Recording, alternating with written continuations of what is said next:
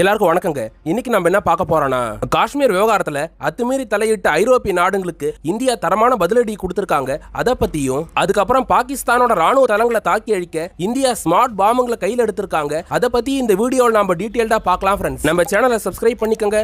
இப்போ வாங்க வீடியோக்குள்ள போலாம். ஃப்ரெண்ட்ஸ், மேற்கத்திய நாடுகளா இருக்க ஐரோப்பிய நாடுகள்லாம் அப்பப்ப இந்தியாவுக்கு ஆதரவா பேசிட்டு வந்தாலும் தேவைக்கேற்ப அமெரிக்காவோட ஆதரவை என்னைக்கும் நம்ம கையில வச்சுக்கணும்னு இந்தியாவுக்கு எதிரான காரியங்கள்ல ஈடுபடுறதுலயும் மேற்கத்திய நாடுங்க மும்முரமா தான் இருக்காங்க. ஐரோப்பிய நாடுகளா இருக்க பிரிட்டன், பிரான்ஸ், ஜெர்மனி, இத்தாலி மாதிரியான நாடுங்க தேவைக்கேற்ப பாகிஸ்தானை தான் பக்கத்துல வச்சுக்கிறதையும் அவங்க வாடிக்கையா தாங்க வச்சிருக்காங்க. சில மாசத்துக்கு முன்னாடி பாகிஸ்தானோட டிஃபென்ஸ் மினிஸ்டரா இருந்த கவாஜா ஆசிஃபே என்ன விஷயத்த பேசியிருந்தாருன்னா, பாகிஸ்தான் நாட்டுல திரும்புற பக்கம்லாம் பயங்கரவாத தாக்குதலும் பயங்கரவாதிகளால ஏற்படுற பிரச்சனைகளும் நாளுக்கு நாள் அதிகமாயிட்டு இருக்குது. இதுக்கு பாகிஸ்தானோட முந்தைய ஆட்சியாளர்கள் மட்டும் இல்லாம மேற்கத்திய நாடுகளும் ஒரு காரணமா இருக்கிறாங்கன்னு அப்ப கவாஜா ஆசிஃப் பேசியிருந்தாருங்க. அதுலயும் யூகே, பிரான்ஸ், அமெரிக்கா மாதிரியான நாடுகள்லாம் பாகிஸ்தான்ல பயங்கரவாதம் அதிகமாகிறதுக்கு அவங்களும் ஒரு காரணகர்த்தாவா இருந்திருக்காங்கன்னு கவாஜா ஆசிஃப் பேசி வச்சிருந்தாருங்க. பிரான்ஸ், சோவியத் ரஷ்யா காலத்துல இருந்தே இந்த மேற்கத்திய நாடுகளும் அமெரிக்காவும் ஆப்கானிஸ்தான் அதுக்கப்புறம் பாகிஸ்தான் நாடுகளை எப்படி பயன்படுத்திட்டு வராங்கன்னா, ஆப்கானிஸ்தான் நாடு மேல சோவியத் ரஷ்யா படையெடுத்தப்ப அங்க இருக்கிற தலிபான் படைகளுக்கு ஆதரவு கொடுத்த அமெரிக்க அரசாங்கம் அதுக்கப்புறம் அவங்களாலே பிரச்சனை ஏற்பட்டதுக்கு அப்புறம் தலிபான் படைகளை அழிக்க போறோம்னு அந்த நாடு மேல படையெடுத்த வரலாறு இருக்குதுங்க. அதுவே பாகிஸ்தான் எடுத்துக்கிட்டா அங்க ராணுவத்தோட கை எப்பவும் ஓங்கி இருக்கிறதுனால அமெரிக்கா பாகிஸ்தான் ராணுவத்தோட இணைஞ்சு செயல்பட்டு வராங்க. ஏன் தன்னோட தேவைக்காக பாகிஸ்தான்ல ஆட்சி மாற்றங்களையும் அமெரிக்கா, பிரிட்டன் மாதிரியான நாடுங்க பண்ணிருக்காங்க. ஃப்ரெண்ட்ஸ், இப்ப பாகிஸ்தான்ல ஷெபாஸ் ஷெரீஃபோட அரசாங்கம் ஆட்சி நடத்திக்கிட்டு இருக்கிறது உங்களுக்கும் தெரியுங்க. இந்த ஷெபாஸ் ஷெரீஃபுக்கு முன்னாடி அங்க பாகிஸ்தானோட அதிபரா இருந்தது முன்னாள் கிரிக்கெட் வீரரா இருக்க இம்ரான் கானோட கட்சி தான் அங்க ஆட்சி நடத்திட்டு வந்தாங்க. அவர் அந்த நாட்டோட அதிபரா இருந்தாரு. இம்ரான் கான் அமெரிக்கா பேச்ச கேட்கலன்ற ஒரே காரணத்தினால அவரோட ஆட்சியை வீழ்த்திட்டு அவரை கொண்டு போய் ஜெயில அடைச்சிட்டாங்க. அதுக்கப்புறம் அங்க நாடாளுமன்ற தேர்தலை நடத்தி ஷெபாஸ் ஷெரீஃபோட அரசாங்கத்தையும் அமெரிக்கா தான் கொண்டு வந்திருக்காங்கன்னு பல டிஃபென்ஸ் எக்ஸ்பர்ட்டுங்களும் சொல்றாங்க. ஆபரேஷன் சிந்தூர் போருக்கு அப்புறம் பாகிஸ்தானோட பிரதமரா இருக்க ஷெபாஸ் ஷெரீஃபை விட அந்த நாட்டோட ராணுவ தளபதியா இருக்க அசீம் முனீர் ட்ரம்புக்கு ரொம்ப நெருக்கமான நபரா மாறி இருக்கிறதுனால அந்த நாட்டோட சகல அதிகாரங்களையும் தன்னோட கைக்கு கொண்டு வந்திருக்க அசீம் முனீர் ட்ரம்ப் இருக்கிற தைரியத்துல இந்தியாவுக்கு எதிரான கருத்துங்களை அசீம் முனீர் முன்வைக்கிறதையும் நம்மளால பார்க்க முடியுதுங்க. பாகிஸ்தான் நாட்டுல வாழற 25 கோடி மக்களை பத்திலாம் பெருசா கவலைப்படாத அந்த நாட்டோட ஆட்சியாளர்கள் அமெரிக்கா அதுக்கப்புறம் மேற்கத்திய நாடுகளோட கைப்பாவையா மாறி அந்த நாட்டை அமெரிக்காவோட ஒரு களமாவே மாத்தி வச்சிருக்காங்க. அதாவது அமெரிக்கா அவங்களோட தேவைக்கேற்ப பாகிஸ்தானை எப்படி வேணா பயன்படுத்திக்கிறதுக்கு அந்த நாட்டோட ஆட்சியாளர்கள் அனுமதிக்கிறாங்க. ஆபரேஷன் சிந்தூர் போறப்ப அமெரிக்காவோட அணு ஆயுதங்களே வைக்கப்பட்டிருக்கிறதா சொல்லப்படுற கிரானா ஹில்ஸ் மேல இந்தியா தாக்குதல் நடத்தின உடனே அடிச்சு புடிச்சுன்னு ஓட அந்த அமெரிக்கா கிரானா ஹில்ஸ்ல அவங்களோட ஆட்களை வச்சு அணு கதிர்வீச்சு எதனா இருக்குதான்னு டெஸ்ட் பண்ணி பார்த்தாங்க. இப்படி ட்ரம்போட ஆதரவுல ஆடிக்கிட்டு இருக்க பாகிஸ்தான் இப்ப மேற்கத்திய நாடுகளா இருக்க ஐரோப்பிய நாடுகளை இந்தியாவுக்கு எதிராக திருப்பறதுக்கு ஒரு முயற்சி பண்ணிருக்காங்க. கடந்த 2 வருஷமா ரஷ்ய அதிபர் புதினோட நட்பு பாராட்டுறதுக்கு முடிஞ்ச அளவுக்கு முயற்சி பண்ணி எல்லாமே தோல்வி அடைஞ்சதுனால இப்ப ஐரோப்பிய யூனியனோட லீடரை நேர்ல சந்திச்சு பேசியிருக்க அந்த நாட்டோட ஃபாரின் மினிஸ்டரா இருக்க இஷாக் தார் ஐரோப்பிய யூனியன் லீடர் கிட்ட காஷ்மீர் விவகாரம் சம்பந்தமா பேசியிருக்காரு. ஃப்ரெண்ட்ஸ், ஐரோப்பிய யூனியன் கிட்ட இஷாக் தார் இந்தியா சம்பந்தமா என்ன பேசி வச்சிருந்தாருன்னா, பாகிஸ்தான் நாட்டுக்கும் இந்தியாவுக்கு நடுவுல இந்த காஷ்மீர் விவகாரத்துல 75 வருஷத்துக்கு மேல பிரச்சனை நீடிச்சிட்டு இருக்குது.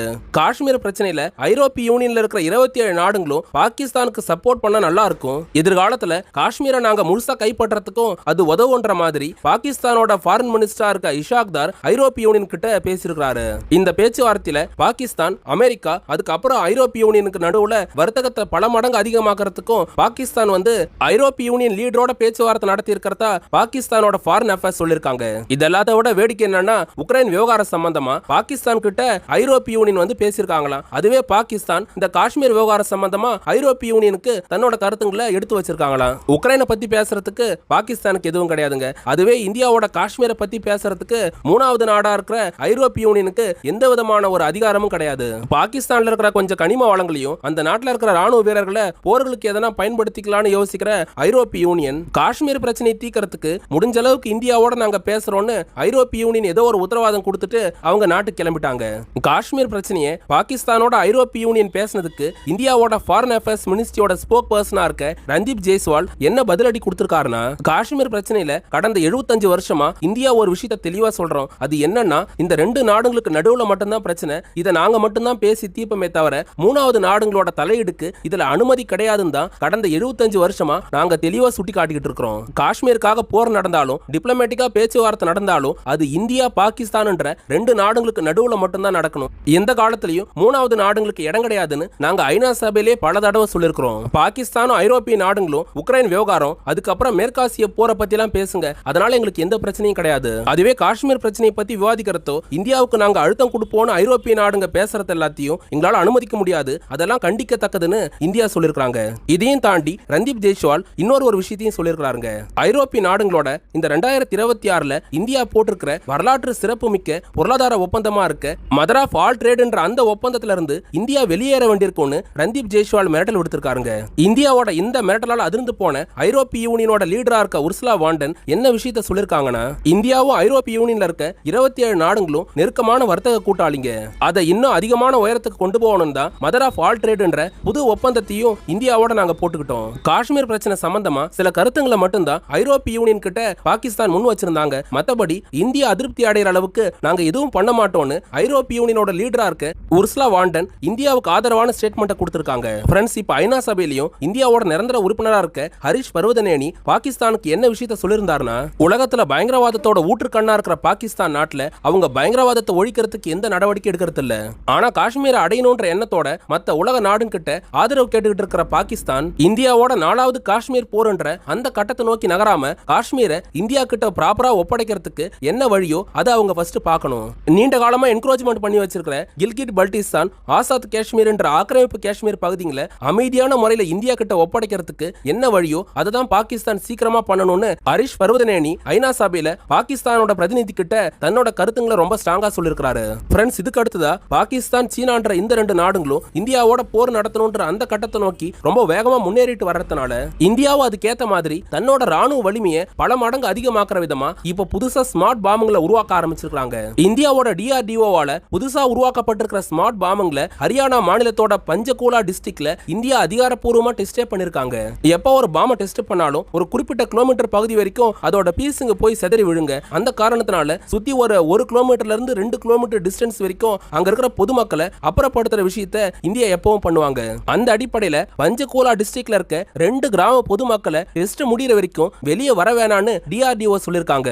பொதுமக்களோட ஒத்துழைப்போட இந்தியாவோட DRDO அதிசக்தி வாய்ந்த ஸ்மார்ட் பாம்பை இப்ப டெஸ்ட் பண்ணி சாதிச்சிருக்காங்க.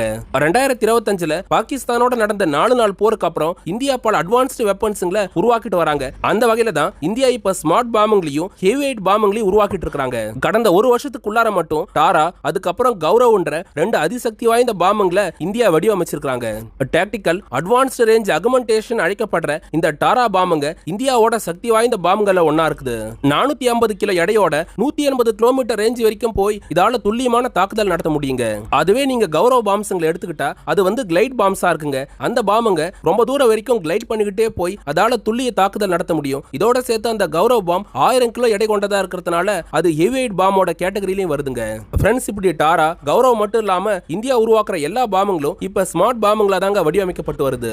அட்வான்ஸ்டு சென்சார்ஸும் நேவிகேஷன் சிஸ்டம்லாம் பொருத்தப்பட்டிருக்கிறதுனால இந்த ஸ்மார்ட் பாம்ஸ்ங்களால எதிரிங்களுக்கு பேரழிவை ஏற்படுத்த முடியும். இதோட சேர்த்து சான்ற புது கேட்டகரி சார்ந்த ஒரு மிசைலையும் இந்தியா வடிவமைச்சிருக்காங்க. இந்த சா மிசைல் அதுக்கப்புறம் டாரா கௌரவ் பாம்ஸ்ங்களை இந்தியாவோட சக்தி வாய்ந்த ஏர்கிராஃப்ட் கேரியருங்களா இருக்க Su-30 MKI ரஃபேல் மாதிரியான போர் விமானங்கள்ல நம்மளால பயன்படுத்த முடியும். இப்ப உருவாக்கப்பட்டு வர இந்த ஸ்மார்ட் பாம்ஸ்ங்களும் சா ஏவுகணைகளும் இந்தியாவுக்கு போர்ல எந்த விதமான அட்வான்டேஜ் கொடுக்க போதுன்னா, ஆபரேஷன் சிந்தூர் போறப்ப பாத்தீங்கன்னா பாகிஸ்தானோட 8க்கு அதிகமான ராணுவ தளங்களோட ரன்வே அவங்களோட போர் விமானங்கள் மேலாம் தாக்குதல் நடத்தி அவங்களுக்கு ஒரு பெரிய சேதத்தை ஏற்படுத்தி இருந்தோம். எப்பவுமே போர்ல எதிரிங்க வேகமா எந்திருக்காத வகையில கடுமையான தாக்குதல் நடத்தி அவங்கள நிலகொலைய வைக்கணுங்க. அந்த ஸ்ட்ராட்டஜியை ஃபாலோ பண்ற விதமா தான் இந்த ஸ்மார்ட் பாம்புங்களும் சா மிசைலால போர் காலத்துல பாகிஸ்தான் நாட்டுல இருக்கிற 32 ராணுவ தளங்களையும் இதால துல்லியமா தாக்க முடியுங்க. இதுல இன்னும் ஒரு அட்வான்டேஜ் என்னன்னா, இந்த சா ஏவுகணையும் ஸ்மார்ட் பாம்பையும் பாகிஸ்தானுக்குள்ளார போக வேண்டிய அவசியம் இல்லாம சேஃபா இந்தியாவோட பார்டர்ல இருந்தே நம்மளால ஏவி அவங்க மேல தாக்குதல் நடத்த முடியுங்க. ஃப்ரெண்ட்ஸ், இப்போ இந்த வீடியோவில் நம்ம என்னென்ன தகவல் பார்த்தோம்னா, காஷ்மீர் விஷயத்துல ஐரோப்பிய யூனியனுக்கு இந்தியா பதிலடி கொடுத்திருக்காங்க. பாகிஸ்தான் சீனா நாட்டை போர்ல கதிகலங்க வைக்க இந்தியா ஸ்மார்ட் பாம்பை டெஸ்ட் பண்ணிருக்காங்க. இப்படி நிறைய ஜியோ பாலிட்டிக்கல் தகவலை தெரிஞ்சுக்க நம்ம சேனலை மறக்காம சப்ஸ்கிரைப் பண்ணிக்கோங்க. தொடர்ந்து சப்போர்ட் பண்ணுங்க. எங்களுக்கு சில நண்பர்கள் யூடியூபோட super thanks option QR code மூலமா ஹெல்ப் பண்றாங்க. நீங்களும் அந்த வழிகளை பயன்படுத்தி உங்களால முடிஞ்ச ஹெல்ப்பை எங்களுக்கு பண்ணலாம். ஃப்ரெண்ட்ஸ், UPSC TNPC மாதிரியான அரசு தேர்வுகளுக்கு ஏற்ற சில புத்தகங்களை நாங்க டேக்டு ப்ராடக்ட்ஸா கொடுத்திருக்கோம். அதையும் போய் செக் பண்ணி பாருங்க. வல்லரசு நாடுங்க போருங்க எல்லாத்தையும் அடியோட கை விட்டுட்டு மக்களுக்கான அடிப்படை தேவையா இருக்க கல்வி, உணவு, மருத்துவத்துக்கு முக்கியத்துவம் கொடுக்கணுங்க. அடுத்து ஒரு தகவலோட நாளைக்கு உங்களை வந்து சந்திக்கிறேன். அது வரைக்கும் உங்ககிட்ட இருந்து விடை பெறுவது ஆல் இன் தமிழ்.